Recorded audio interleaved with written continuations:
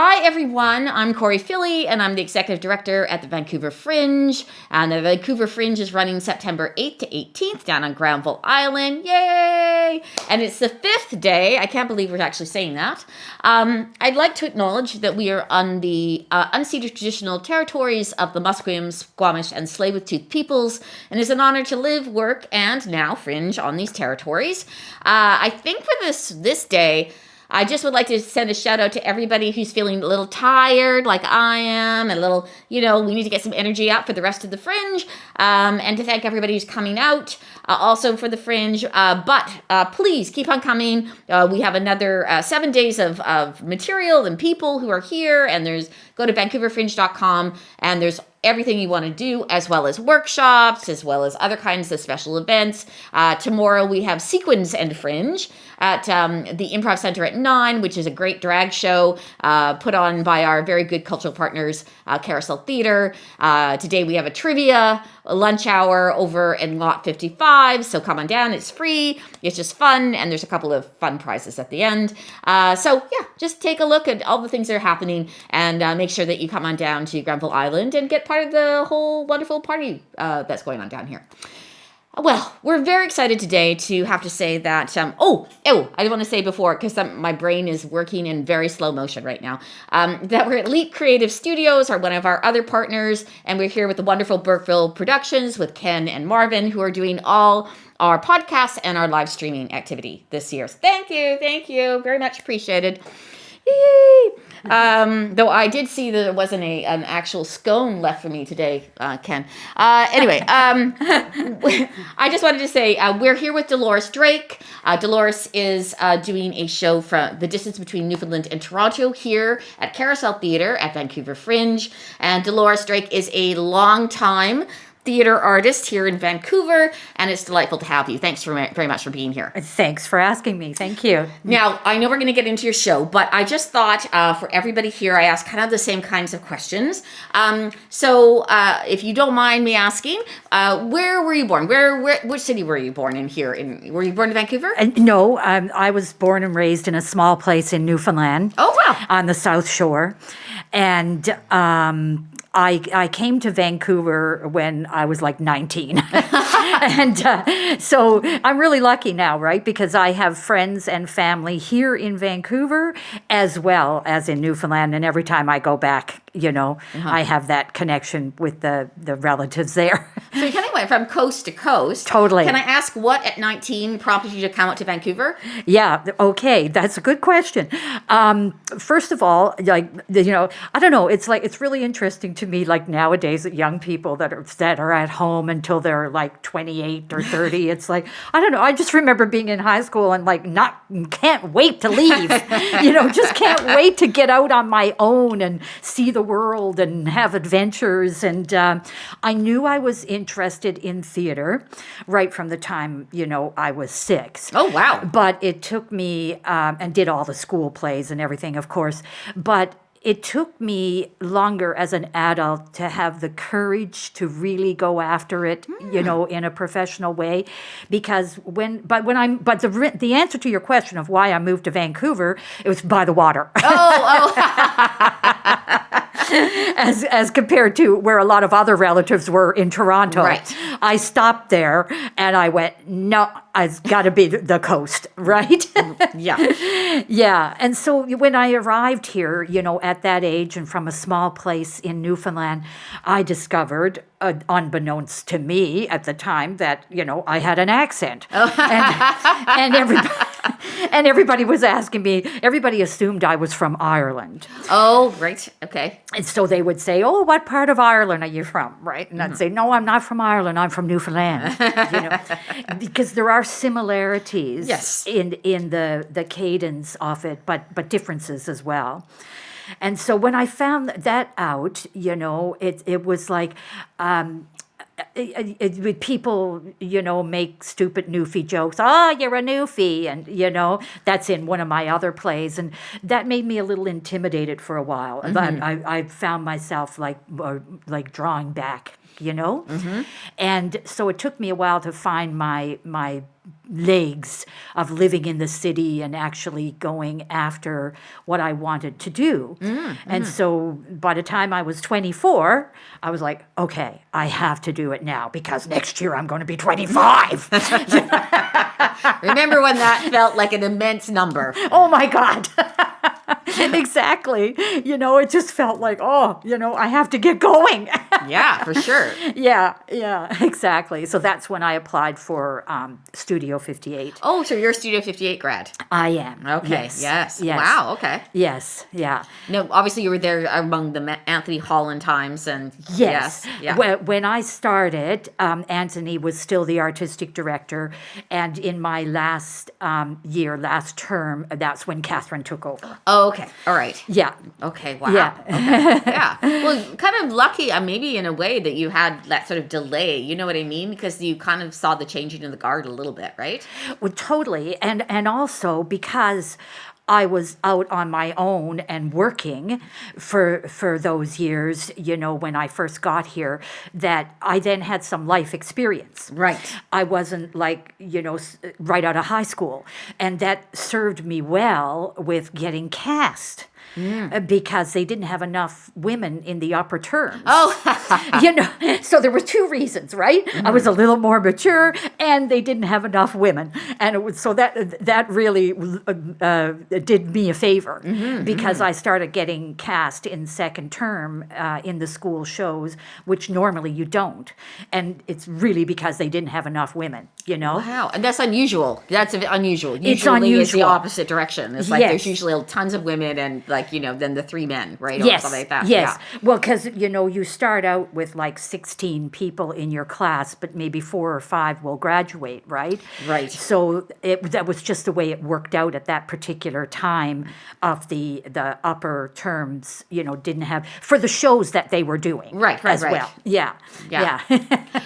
Did you find, this is, I went to SFU, and I always heard that the studio program was pretty competitive. Did you find that when you were there? It's a great training ground. Please don't get me wrong. But yes. Did you find that it was a pretty competitive place to sort of do your work, like to kind of start off in?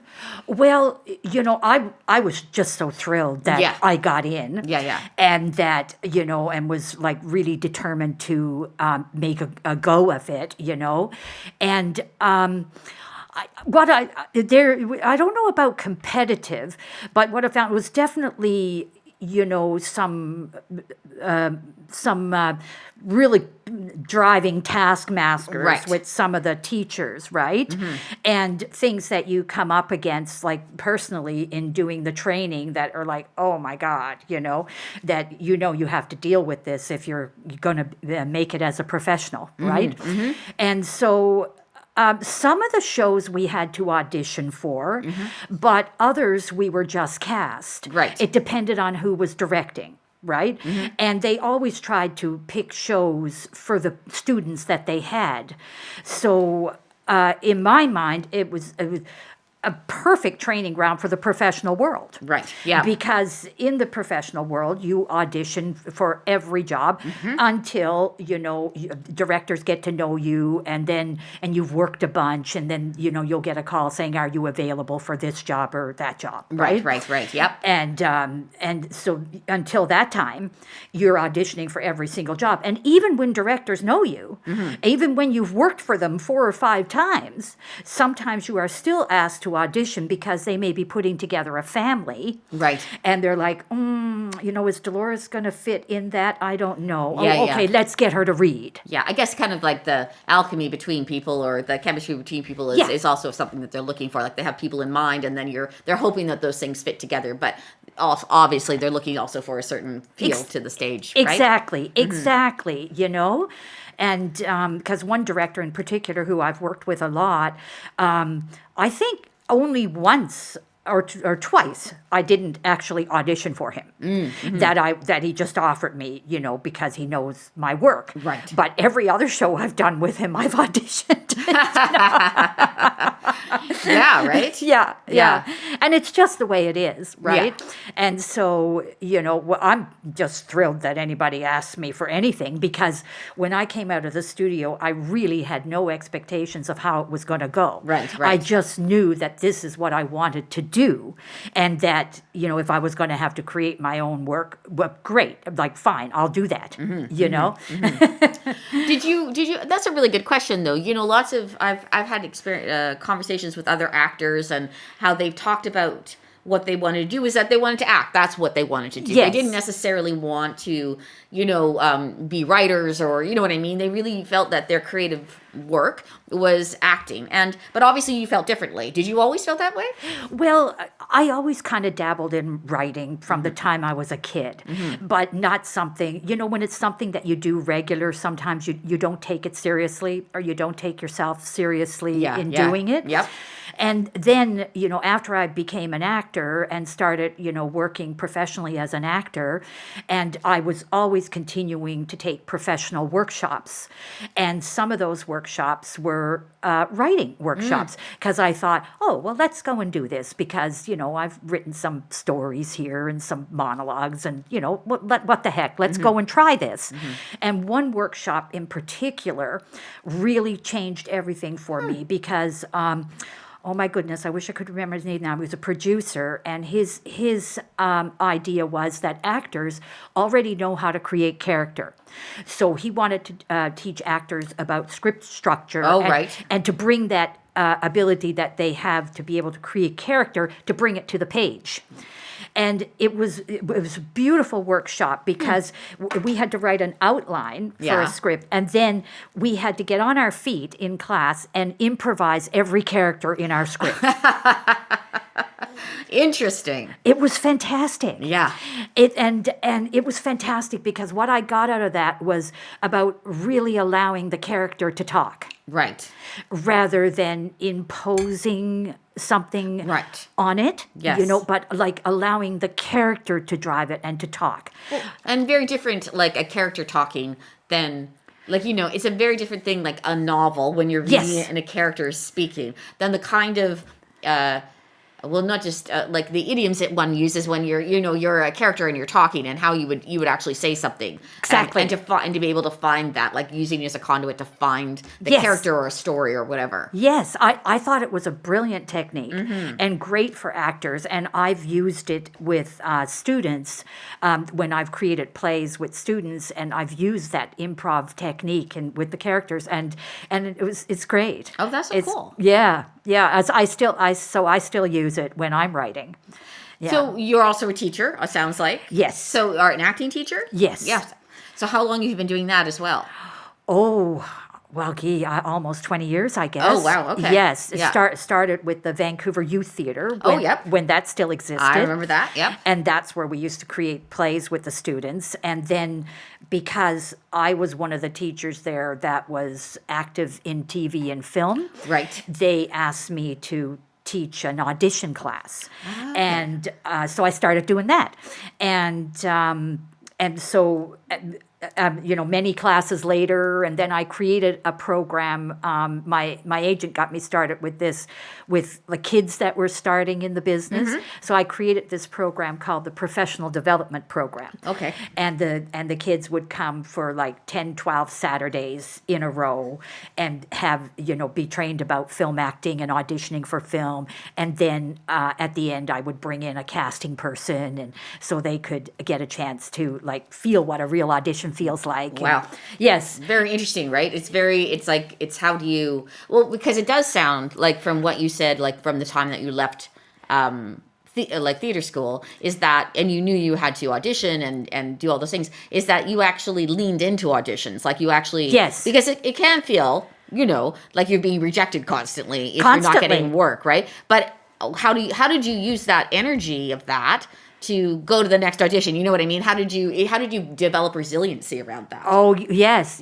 Well, it's a good question, because you're right, because there is a lot of rejection, and that's continuous, like throughout your career, unless, you're a a star that gets offered things all the time, That right? 1% or whatever Well, it is. yeah, and we don't really have a star system in Canada. No. Even the people that are well known and working, they're still asked to audition. I know because I work with them. Yeah, for sure. And sometimes they're just offered. But anyway, yeah, like in the beginning, I just sort of it was like each audition, because I would have so much nerves in the beginning. To me, it was like each audition, I would set a different, like a goal for each one. I would like, to take the onus off getting the part and to actually being there and being present and doing the best I could on that particular day. Right. Yep. So it became like this. I started to see each one as an opportunity to grow and to get better at this. Right? Right, yes. And, of course, sometimes, you get attached to a role and, you get a call back and it goes so great. And you walk away feeling like, I got this one. Yeah. And then you don't got it. Right. And so you get over that disappointment and you go on to the next one. This is what I tell the students, because right now I teach at In Focus Film School and also at Langara College. Okay, yep. And which felt like a full circle moment. Amazing, really, actually, Yes, right? To yes, go back to that, yeah. Yes, but like I tell the students, I go, to have a career in this profession, you have to love the craft of acting, because that's what will sustain you in the long run. Right.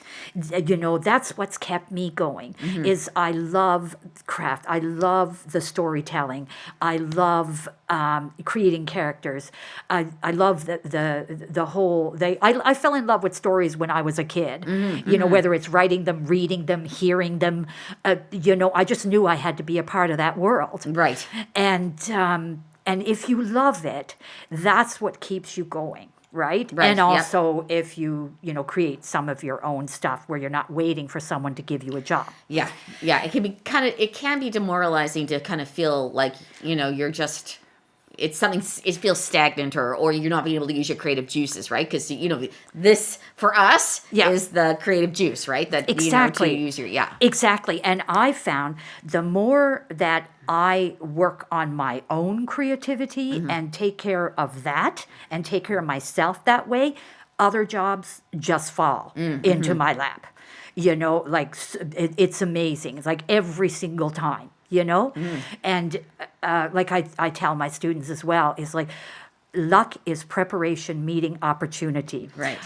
I read that somewhere. I think it's true. I've heard that before too, but I think it is true. Actually. Isn't that great? Yeah, it is. I think it's true too, because you're not going to get lucky with booking the job unless you're meeting the opportunity, unless you are prepped and ready for that opportunity, right? Yes, and I think because if you have all of your skills honed and you have that sort of, maybe it's another window that's open in your creative, toolbox or wheelhouses. I was trying to combine the two and I realized that is not correct. Toolbox is that sometimes what happens is that something that seems offhand that you just happen to be available for, or you move to the left a little bit or a little to the right, and all of a sudden you're in another kind of stream of activity that you didn't understand was possible, right? Because that's just all because you were present in that moment with all your abilities able to be used, right? Yes, exactly. And I always tell myself, when you do a lot of auditions, it's like, it's okay. I don't have to get all of these jobs. My life doesn't depend on it. But I always want to walk away feeling that I did a good job. Right. Of course, everything now with the film auditions is self-tape. Oh, right, of course, yeah. Right? It's we used to go into the room and meet everybody. Yeah. But that's rare now. Yeah. Only happens with callbacks occasionally. Yes. Strange. It's strange because it's sort of also, I think sometimes, which is true. I know people who are good actors, but the other thing they're very good in the room with people, right? Like they're able to do that thing which is sometimes very difficult, which is to note that whatever you're, to kind of let go of the social anxiety, to be like present and go, to be that charming person, to be the person that's just, interesting in the room beyond, their own skill set, right? Yeah. Which is a whole other, thing that people have to, in this profession, they really have to hone as well. To connect. Yes, exactly. To connect with people, exactly. I really miss that about going in the room. I really miss it. Yeah. But it's the way it is right now, so...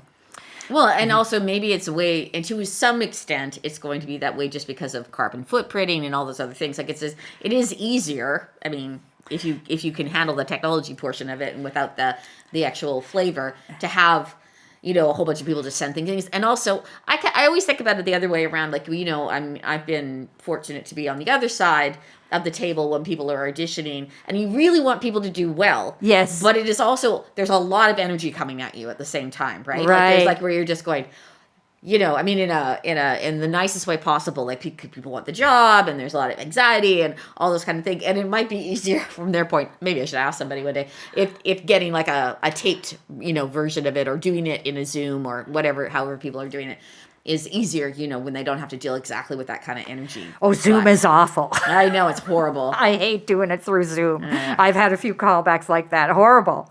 The screen freezes and I'm not great with technology, so I go to a studio. Oh, right. And it's just worth it to me because I can just focus on the role. Yeah. Yeah. And have someone else deal with the technology. I have a friend of mine who was also that. She said when her agent said, this is what they're doing, she said, I can't do her British accent. I shan't. Basically, I'm coming to you, and you're going to have to do it. Yeah, Yes. Yes, exactly. Yeah. Exactly. Whatever works for a person. I know, right? And you also have to be able to say that. Like, I can't. Yes. I think that's a really good example of like, how do I make myself okay in the room that I've been, what is the container and what can I do in this room or this space to make myself feel okay and bring the best to the creative experience, Yes. right? Yes. Yeah. Exactly. Yeah. Hard. We keep on changing up the rules. It's been so many changes since I started in this business, but we have to be able to go with the flow and go with the changes if you want to stay in, because nothing is stationary. No. And that's life. Life is like that. Yes. There's change, and sometimes it can be hard, and some adjustments are harder than others. But you keep going, figure it out. Yeah, you do. You have to. If you there's no choice, actually. I mean, we think there is. Like, we can somehow like make life stand still, but that's not how it goes. No, these days, not going to work like that. No, apparently not. Apparently not. So I'd love to talk to you about the show, The Distance Between Newfoundland and Toronto. Okay. Now, this is your how many plays have you actually, or one person shows have you done? Well, altogether, I've done 4 one-person shows. Oh, wow.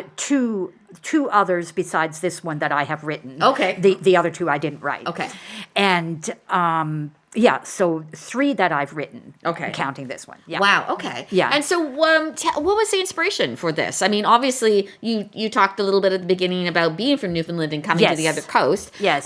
Which I'd like to talk to you about that anyway. But what prompted you to This idea? Yeah, this idea, especially like Toronto. I mean, I heard you say that you went to Toronto, it wasn't for you. Yes. So, Yes. What was the spark? What were you thinking about? Well, actually, the idea was born. Remember, I told you I always dabbled in writing a little bit, and I'm one of those people that always has a notebook in my purse, and I write down thoughts and ideas, and maybe bits of dialogue that I overhear sometimes. Yeah. And because they can spark an idea, and this idea was actually born. In the 90s, I was married to a man who had an international sailing charter business. Okay. And so I spent a lot of time on airplanes flying to other countries to meet up with him.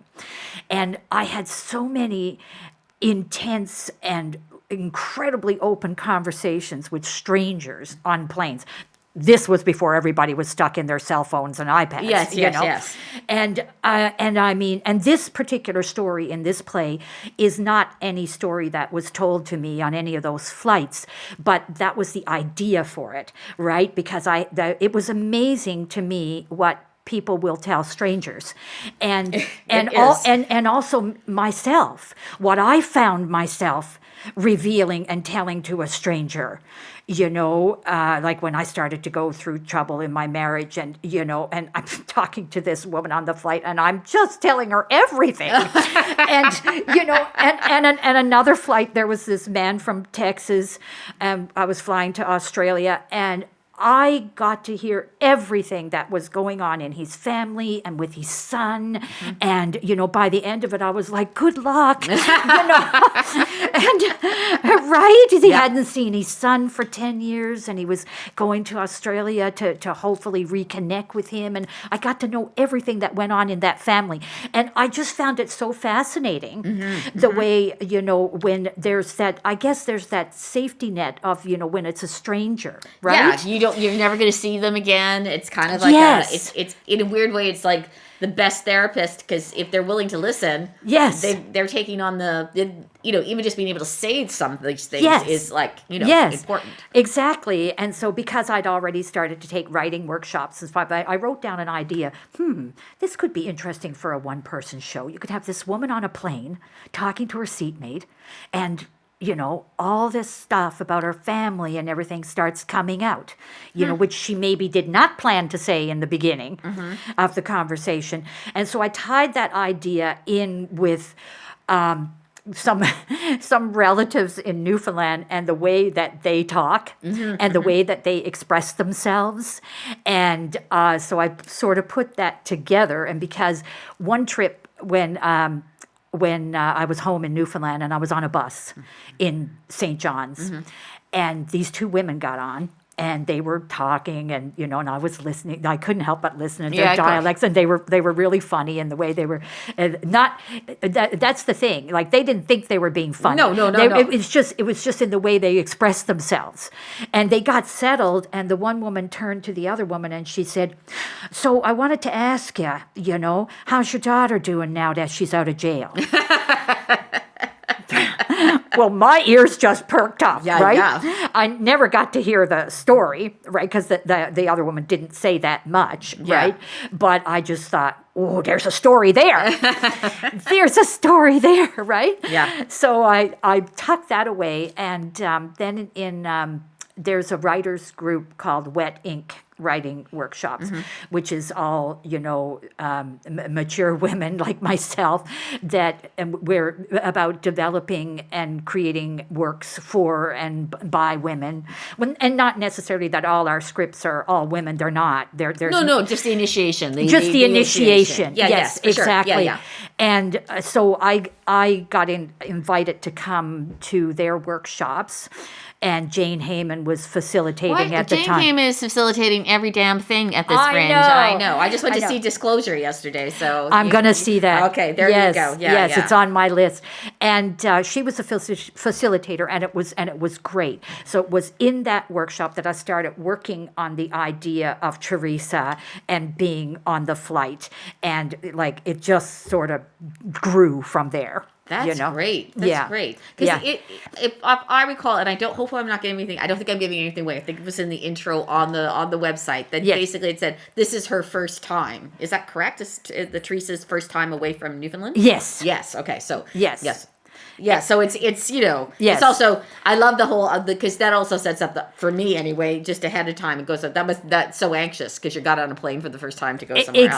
Exactly. And she's on her way back from Toronto, but so it's actually, I guess, her second. Officially, literally her second flight. But to her, yes, it's the whole thing is just like, like her impressions of Toronto and everything, and her whole impressions of everything are innocent and also sometimes hilarious. Right? And the way she talks about them and stuff. Yes. And so then the more she talks, and that things about her family and about her daughter and her granddaughter and the whole story of what happened there starts to unfold. Yeah.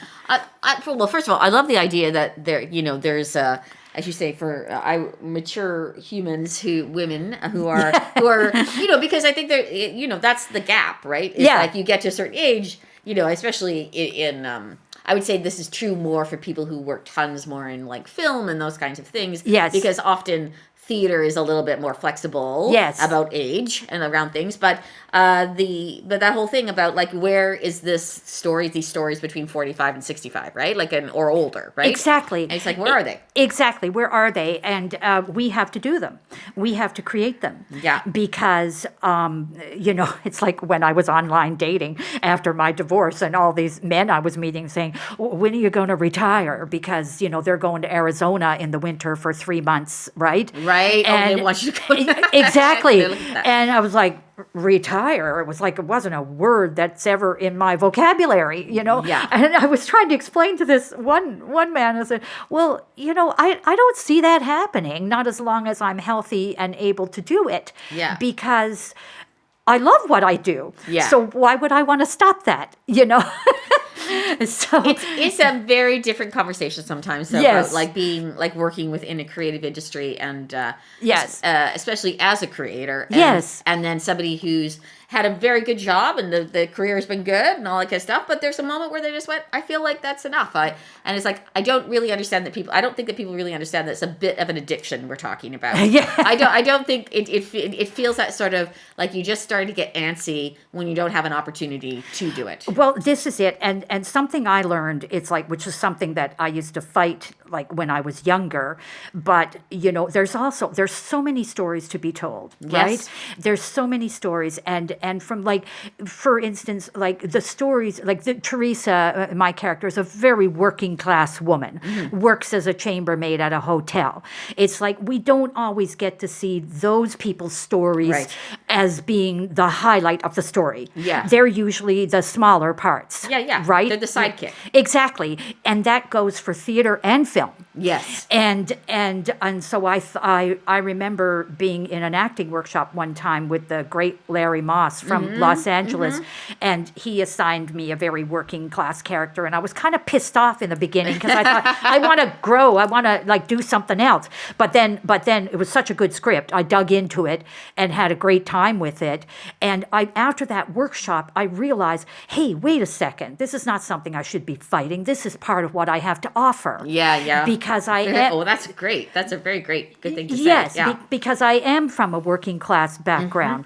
And so when I write, the stories and characters I write are very much from that background. Right. Because I know it. I know those people, right? Yeah. And so, so I think that's, and I love the idea of seeing characters in film or on stage that you don't get to hear those people's stories all the time, right? Yes. Yeah. Yes. Yeah, for sure. Yeah. And I think it's really, I mean, obviously, in some, I'm reading into what you're saying too in this, but I think that often the sort of, to be a coastal girl, a fish out of water conversation, like how you. Because you see it's both those things is what you're just saying, is that you see that character ends up seeing the world. So you end up seeing the world through a different lens. And then that character ends up seeing themselves through a different lens and sees the relationships that they have it through like, oh, I see. It's like, it's all of our journeys, right? To hear these, hear other voices, to think about other things, to allow our perspective to be open, to expand our experiences, because it's actually soul driven for us. You know what I mean? It makes Exactly. our worlds Exactly. more rich, and our compassion richer, and our empathy richer, right? Exactly. And that's what I love about The Fringe is like you'll see things like this and so many other shows that are on right now that you will never see anywhere else. No. Because so many things don't get picked up anywhere. And that's too bad because there's so many great artists and great stories and doing the work. And, I'm thinking there's the Fringe Festival, but you know how some places have like a solo festival or there used to be a Women in View festival. I work for the Women in View Festival. There you go. Yeah. I'm thinking we need something else in Vancouver. You know what I mean? Yeah. That will take place at a different time of the year than the Fringe. And Or what? It's here's the thought. It could be an offshoot of the Fringe. Yes. But just done either in conjunction or right after. Like we've often done Pick of the Fringe, which I like as well. Yes, but it's really short. It's very short, and there's also this opportunity to. This is because this is honestly what I've been doing since I came into the job is I've just been going, so what else? Like what, I mean, this is not disparaging anything that the Fringe has done or represents or but in addition to, like what can we do that would be like another, conduit to something else as well. Yes. You know what I mean? Yes. And you're quite right. I think that there's it's like having a commissioning series that's part of something, or which obviously we should have to talk about this, dollars. Is like another place that people can go and take this creative energy, and it's just not once a year, or or through the festival season, right? Which is the other thing. Yes. I mean I love the festivals for all the new work, of course, and it's just so great that way. And people are very, like, I find. In the best case scenarios, people are very brave about what they're doing. Yes. And that they tell these very personal stories. It's like, sometimes you're like, wow, like, I don't know. I mean, and to me, that's so beautiful. It's the vulnerability of that, right? Is so beautiful. Yes. Yes. Yeah. I like to do it through character. Well, that's the other choice, right? Yes. It's not about necessarily being yourself up there. It's really being able to uncork, a whole bunch of experiences that we all share, like this individual experience with the character or otherwise that we all share. Exactly. Yeah, definitely. Yeah. Is there one thing, if you were going to sum up your show, for somebody who's not seen it but you want them to see, like your elevator pitch, and right, how would you describe it to people? Oh, good question. Okay. Well, I would say that Teresa Madonna Malloy, being a fish out of water, having been on a trip to Toronto for the first time, and there's a lot of stuff going. She's extremely funny, and it's got a extremely great, sometimes philosophical way of looking at things, and she's got a lot going on in her family that she's trying to work out, and a big decision to make. Oh, yeah. There's a little bit of surprise in that. Yes. And when are your shows? Tell everybody when your shows are, that they can go to VancouverFringe.com. VancouverFringe.com. I have a show tonight at 8:35. That's the third show. The first two have been sold out. Oh, wow. Good for you. Yes, thank you. And I think Wednesday is as well. I'm not sure about that, but that's what somebody told me. And so there's Wednesday at 3:10, then Sunday the 17th at 4. Saturday the 17th. Saturday the 17th at 4:55, and Sunday the 18th at 7. Oh, cool. Yeah, great. And that's the full run. So it was great after all the work to finally get in front of people with this. Oh my God, yeah, I bet. And because we started working in June, and to finalize the script. And then July and August were rehearsals where we had to work around each other's schedule, because I was doing film and Lina was doing other things as well. And so we had to make up the schedule as we went along, right? So that's why we started nice and early to make sure that you had enough time. And it's nice. It's a nice, if you can set your own rehearsal schedule. Yes, it's nice to have that longevity, because it really gets into your actual DNA, right? Totally. As you go through. Totally, because you want to feel that you're ready. Yes. You hardly ever totally feel ready, but then it does grow, right? Yeah. You want to know that you got your show together before the yeah, for sure. Yes. And lots of people, I mean, always funny, I've done solo shows too, or work and that I've written, and people say, well, you should be easy because you wrote it. And I was like, no, because it's a different process writing than acting. Correct. It's like so many times in rehearsal, and I'd be doing something, and Lina would stop me and go, well, blah, blah, blah, blah, blah. And I go, really? She goes, well, that's what you wrote. I said, oh, right. That is what I wrote. Right? And it wasn't about lines. It was about what was going on. Yeah, right? yeah. But it's a different process because when you're writing than when you're acting. It's like you got to put the writer part aside, and now you got to go at it as an actor. Yeah. And it's like, okay, what's happening here? What's the action? What's she trying to do? Why is she talking about this? Mm-hmm. And when I'm writing, it's like I'm just really focused on letting the character talk. Yeah. Right. So you don't always know where it's going when you just, you know what I mean? No. But then it's, starts to unfold.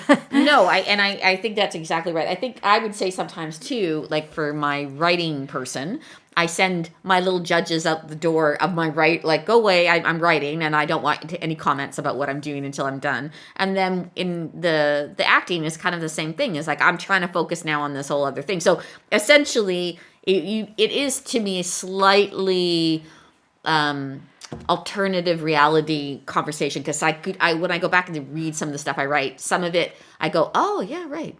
Like, I mean, I have sort of a memory of it, Yes. but I'm not. I know that I was in sort of another place when I was doing it. Exactly. The gift is that actually that I'm in a sort of slightly other altered state when I'm writing. Totally. Yeah. Exactly. Yes. And I worked with a dramaturge as well. Oh, great. So that, because I know her. She helped me on my last script, and she also teaches screenwriting, and she's really good with And format. what is her name? Her name is Crystal Verge. Okay, yes, I've heard Crystal before. Yes, Yeah. and she's really excellent at honing in on story. And once she knows what the story that's being told here, to help you just really hone in on that and get rid of anything that was unnecessary.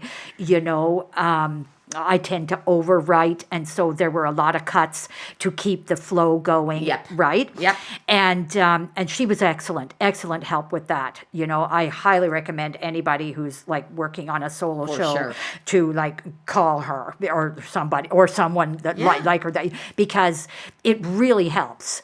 Yeah, and it's also one of those fun things when you get up on your feet and you're doing it. Yes. And it's like in a very nice way to be ruthless about that. Yes. About like going, let's not be precious about, I love that line. Maybe it's not here. Like, you know what I mean? Like, Yes. maybe this isn't the play for it. Yes. You know what I mean? And there were things I had to let go of that I was like, oh, I loved that bit. That's a really funny bit, And she was like, yeah, well, you can use it in another script, Yeah, exactly. But then when I would read over like the monologue that, she was suggesting where that cut was, I went, she's right. Yeah. In the flow of the story, she's right. Yeah, yeah.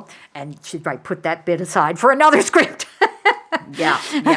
And also, all of us have certain things that we really love about the way, I really love repetition.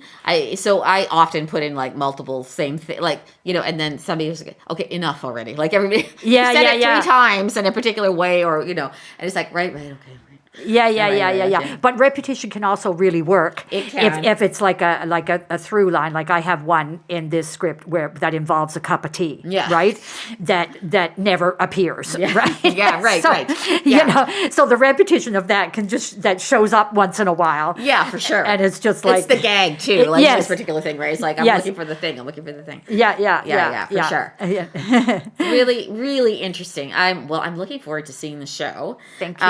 I was wondering, since you have come from coast to coast, and also I do have to say, like you must have been a bit to figure out how us like.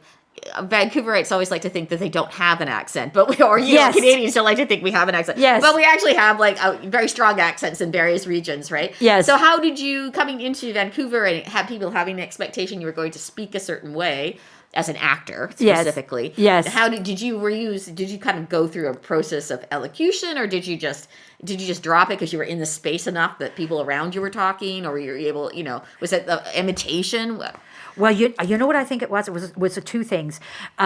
Remember I told you I got like kind of shy and intimidated for a while because every time I opened my mouth there would be a comment about the accent, right? Yeah. And so that made me kind of withdraw a little bit, Mm-hmm. I was like, oh, I'm different, But what that, looking back on it, what that withdrawal gave me was the ability to listen. And so I really listened to people, how they were speaking. And then I started watching TV. And I didn't grow up with television. My father hated television and refused to have it in the house. I saw things at my friend's place, right? And but I got a TV, and I started watching TV, and so I would imitate how the people on TV were speaking. Right. And so by the time I got to theater school, I still had a slight accent, and they would point it out to me. Right. And it would come out whenever I was emotional. Right, of course. And they would say, okay, everything was going great until you got here. Like you were in England until you got to this part. And as soon as you got emotional, you were back in Newfoundland. Oh, okay, thank you. Right? And so it would be pointed out to me. And because we did so many plays at the school with so many different dialects. Right. That, you just start to get your ear tuned. Right? Yes. And then go into film auditions, and the advantage I had there was they would find that there was something distinct about my voice, but they couldn't place it. Right. And that turned out to be an advantage, which I had no idea. Right. Right? Interesting. Now, yes. Yes. And now, because we've done so much of that here, and I've done so many Hallmark movies, I've learned to sound American when I need to be. Yeah, yes. Right? Yes. And yes. And so, yeah, so that's basically it. Okay, thank you. And also, it's hard to also sometimes comment on. Well, oh yeah, that was a while ago. You know what I mean? Well, I don't know. Yeah. My other question is, and this is my last question. Okay. All right. What is the difference Yes. between the coast of Newfoundland and the land and the people that are there, from your perspective, obviously, Yes. and also that's your first home, and Vancouver? Now that you've been here this long. Well, when I first moved here, I felt like I'd moved to America. Oh. That's how different it felt to me, because the East Coast, there's especially in Newfoundland. I think because Newfoundland is an island, that it's really retained its own culture, right? Yeah. And because it was independent, it was a colony of England, and then it was an independent country, and then it became a part of Canada. Yes. Right, and so. You have this, there's a sensibility that's very European in Newfoundland. And so when I came out here, that was what I noticed. It was the difference in the sensibility, right? And yet, I love it here now. And my two brothers are here as well, in the burbs. And, and yet I love going home to visit. It's so funny. It's like it doesn't matter for a Newfoundlander. It doesn't matter how long you've been away. You always think of Newfoundland as home. Right. Yep. That's just the way it is. And I mean, there were people. My father told me that when Newfoundland joined Canada, which was 1949, and I remember my dad told me that there were people who marched in downtown St. John's with black armbands because they thought it was the death of their country. It was like the referendum was that close, like the last Quebec referendum. Yep. It was that close. It was close. And not a lot of people know that. Yes. And there's actually a play about it by the wonderful David French. It's called 1949. And I did that play. It was a fabulous play. He's a brilliant writer. Yeah. It's so interesting. It's like I always think, just because we on the West Coast have our own things about whatever, and I know on the East Coast have their own things about the center of our country at times, which seems distant from ourselves. Yes. But I think Newfoundland would have more of a chance to be its own country than being in the middle of a country and trying to separate. Yes. Just logistically. Not exactly.